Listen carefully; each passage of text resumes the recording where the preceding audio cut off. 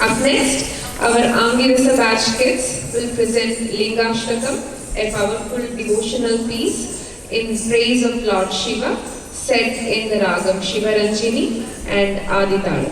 This item blends graceful movements with deep emotion and bhakti, sung by Srimati Sudha Raghunathan. Performers are Miss Ananya, Miss Ronika, Miss Pranavi, Miss Manvi, Miss Arya, Miss Bhuvi, Miss Anvi, Miss Tanvi, Miss Dhanya Mitra, and Miss Tanvi.